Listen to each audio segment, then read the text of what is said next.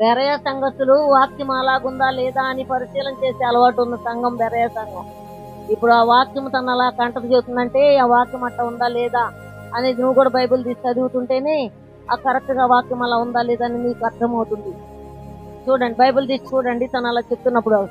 ఎక్కడైనా ఎక్కువ నొక్కు తగిలితే మీరు కపక్కన అత్తగారు చెప్పండి, డిస్టర్బ్ అయింది. తెలుసుకొని ఏదైనా నొక్కులు తగిలితే తెలుసుకొని కామ్గా ఉండండి, కానీ వినండి. ఎత్తియేలు కుమారుడైన గేదెలకు ప్రత్యక్షమని యెహోవా పెద్దలారా ఆలకించుడు, దేశపు కాపురస్తులారా మీరందరూ తెలియకునుడు. ఈనాటి సంగతి మీ జనముల్లో కానీ మీ పితల జనముల్లో కానీ జరుగునదా? ఈ సంగతి మీ బిడ్డలకు తెలియచేయదు. వారు తమ బిడ్డలకును ఆ బిడ్డలు రాబో తరం వారికి తెలియచేయదు.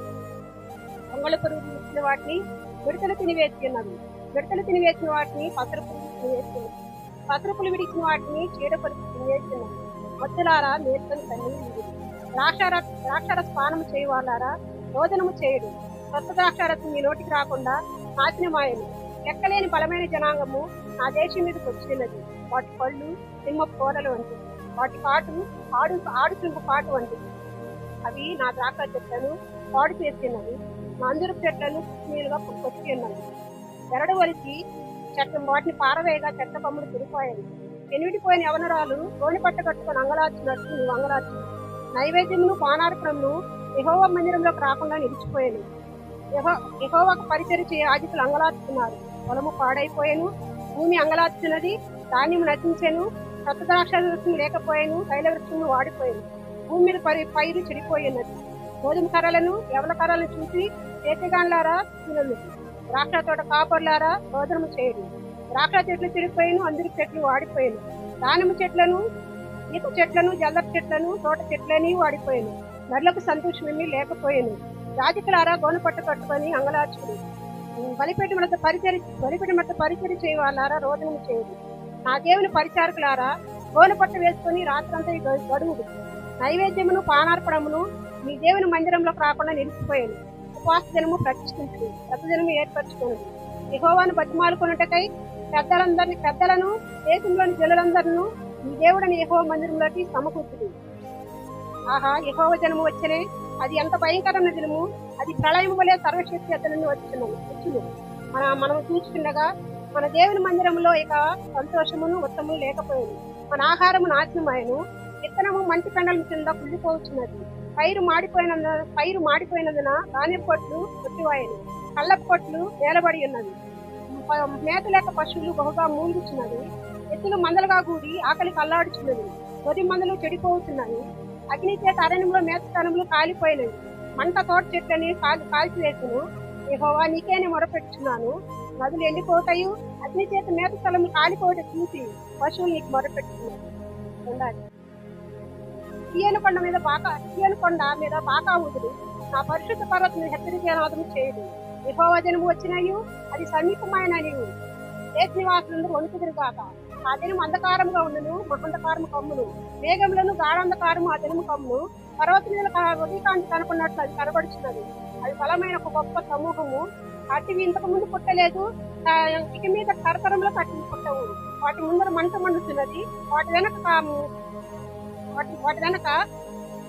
మంట కాలుచున్నది. అవి రాకమునుపు భూమి ఏదైనా వనములే ఉండేను. అవి వచ్చిపోయిన తర్వాత తప్పించుకునేది ఏది ఈడుపడకుండా భూమి ఎడారిగా పాడాయను. వాటి రూపములు గుర్రముల రూపములు వంటివి.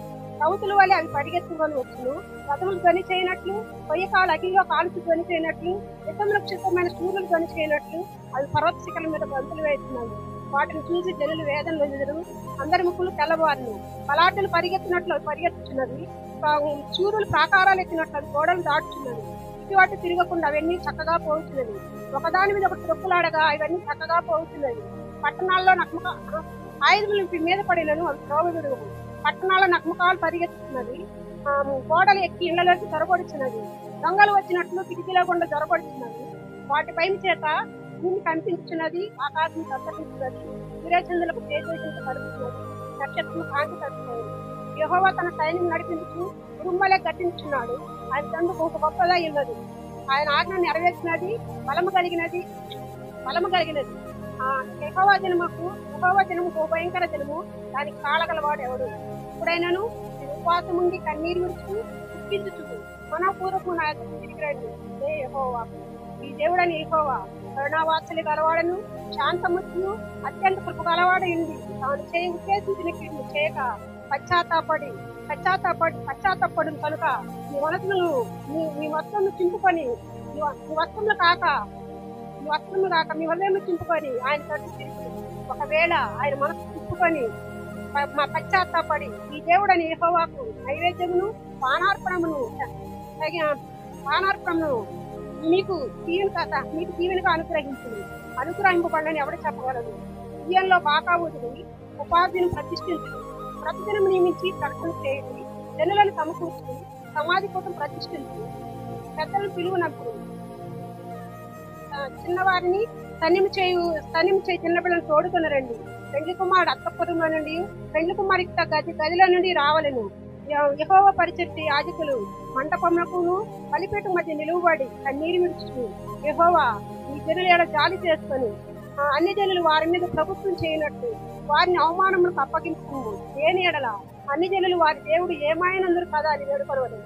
అప్పుడు యెహోవా తన దేశమును బట్టి రోషం కూని తన జనుల ఎడల జాలి చేసుకుని అప్పుడు మరి యెహోవా తన జనులకు ఉత్తరం చెప్పినదేమనగా, ఇకను అన్ని జనుల మిమ్మల్ని అవమానస్పదంగా చేయక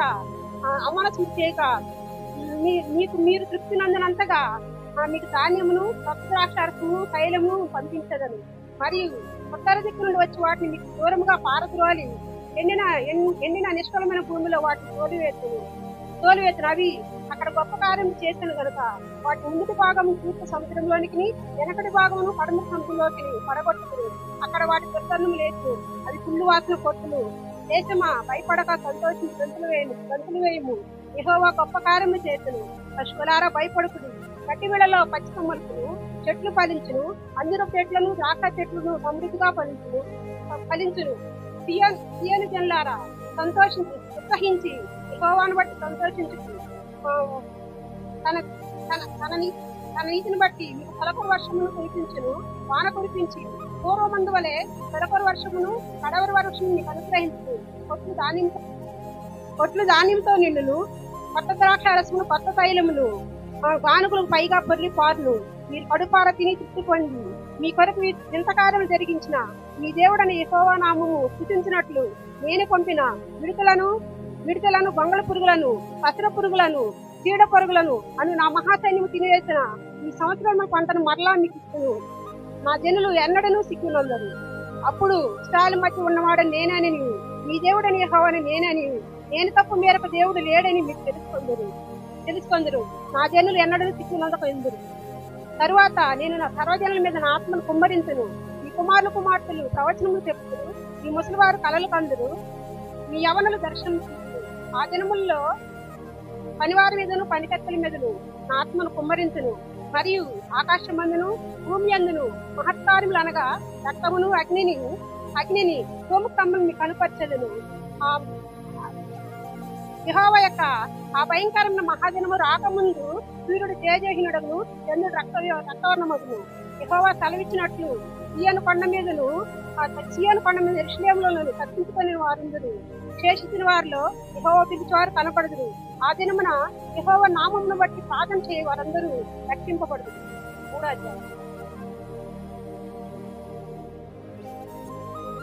ఆ దినములలో అనగా యూదా వారిని యెరూషలేము పట్టణ వారిని నేను చెరలో నుండి రక్షించిన కాలమున అన్ని జనులందరూ సమకూర్చి యెహోషాపాతులోనికి తీసుకుని పోయి ఆయా దేశములోని నా స్వాస్థ్యమగును ఇష్టాలను చెదరగొట్టి నా దేశంలో తాము పంచుకొని బట్టి అక్కడ ఆ జనులతో అక్కడ నా జనుల పక్షమున అన్ని జనులతో వ్యాజ్యమాడుదును. వారు నా జనుల మీద చీట్లు వేసి వదలకు ఒక బాలునిచ్చి ఆ ద్రాక్షారసము కొనుటకై ఒక చిన్నదాన్ని ఇచ్చి త్రాగుతూ వచ్చింది కదా. తూరు పట్టణమా సీదోను పట్టణమా ఫిలిష్తీ వాసులారా మీతో నాకేం పని? నేను చేసిన దానికి మీరు నాకు ప్రతీకారం చేదురా? మీరు నాకేమైనా చేదురా? నా వెండిని నా బంగారం మీరు పట్టుకొని పోతుంది. నాకు ప్రియమైన మంచి వస్తువును పట్టుకొని పోయి గుళ్ళలో ఉంచుకుంటుంది. వారిని యెరూషలేము పట్టణపు వారిని వారి సరిహద్దులకు దూరంగా నివసించుటకై మీరు వారిని గ్రేకీలకు అమ్మివేస్తుంది. మీరు చేసిన దానికి బహుతరగా మీ నెత్తి మీదకి రప్పిందును. ఇదిగో మీరు చేసిన దానికి మీ నెత్తి మీదకి రాజేతను. మీరు వారిని అమ్మి పంపివేసిన ఆ స్థలంలో నుండి నేను రప్పించును. మీ కుమారుల కుమార్తెలను యూదా వారికి అమ్మివేయించును. వారు దూరముగా నివసించలేని శబాయిలకు వారిని అమ్మివేతురు. యెహోవా తెలివిచ్చిన మాట ఇదే. అన్యజనులారా ఈ సమాచారం తెలియచేయుడి. పలాటలు రేపు యుద్ధం ప్రతిష్ఠించుడి. పలాటలు రేపు ప్రజలందరూ సిద్ధపడి రావాలను. మీ కర్రలను చెడగొట్టి కట్టములు చేయుడి. మీ కోటు కట్టలను చెడగొట్టి ఈటలను చేయుడి. బలహీనుడు నేను పలాటను అని అనుకోనవలను. చుట్టుపక్కల అన్ని జిల్లారా త్వరపడి రండి, సమకూడి రండి. యెహోవాని పరాక్రమశాలను తోడుకొని రమ్ము. కలిగిస్తున్న అన్ని జిల్లాలకు తీర్పుకై నేను యెహోషాపాతు లోయలో ఆశీనుగుదును. అన్ని జనులు లేచి అక్కడికి రావాలను. వైరు ముదిరినది పడవలు పెట్టిపోయేది, కానుగు నిండి ఉన్నది, తొట్లు పొర్లు పారుతున్నది. జనుల దోషం అత్యుతమాయను.